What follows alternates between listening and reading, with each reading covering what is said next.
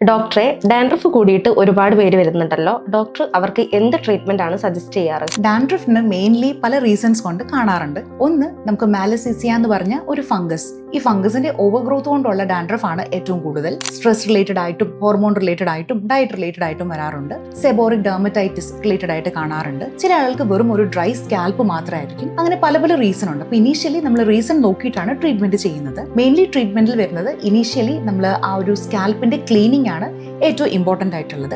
അപ്പോൾ ആ scalp clean ചെയ്യാനായിട്ടുള്ള ടൂൾസ് യൂസ് ചെയ്തിട്ടുള്ള ടെക്നിക്സ് ഇവിടെ വരുന്നുണ്ട്.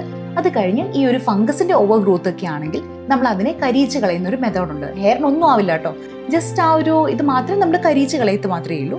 അത് കഴിഞ്ഞ് ഒരു പീലുണ്ട്. ആ പീൽ നമ്മൾ അപ്ലൈ ചെയ്ത് 8 hours കഴിഞ്ഞ് വീട്ടിൽ പോയിട്ട് വാഷ് ചെയ്യുക. അത് കഴിഞ്ഞ് നമ്മൾ ഇവിടുന്ന് തരുന്ന ഒരു കിറ്റ് ഉണ്ട്, ആന്റി ഡാൻഡ്രഫ് കിറ്റ്. ആ കിറ്റും പെർഫെക്റ്റ് ആയിട്ട് യൂസ് ചെയ്ത് കഴിഞ്ഞാൽ നല്ല രീതിയിൽ ഡാൻഡ്രഫ് മാറി കുറേ കാലത്തേക്ക് മാറി നിൽക്കും. ഒരു 6 months കഴിഞ്ഞ് രണ്ടാമത് ഒന്നുകൂടെ വന്ന് നമ്മൾ ഈ സ്കാൽപ്പ് ക്ലീനിങ്ങും കാര്യങ്ങളും ഒക്കെ ചെയ്യുക. കൂടാതെ വീട്ടിൽ നമ്മൾ ടേക്ക് കെയർ ചെയ്യേണ്ട കുറേ കാര്യങ്ങളുണ്ട്. എസ്പെഷ്യലി നമ്മൾ യൂസ് ചെയ്യുന്ന ടവൽസ്, പിന്നെ തലയിൽ യൂസ് ചെയ്യുന്നതായിട്ടുള്ള ദുപ്പട്ട. സ്ത്രീകൾക്കൊക്കെ സ്ഥിരമായിട്ടുള്ളൊരു കാര്യമാണ് ദുപ്പട്ട ഒക്കെ നമ്മൾ തലയിൽ യൂസ് ചെയ്യുന്ന ആളുകൾ അത് വാഷിങ് കാര്യങ്ങളൊക്കെ ചിലപ്പോൾ കുറവായിരിക്കും. അപ്പോൾ ആ കാര്യങ്ങൾ ഹൈജീൻ എന്ന് പറയുന്നതിന് കൂടുതൽ ഇമ്പോർട്ടൻസ് കൊടുക്കുക.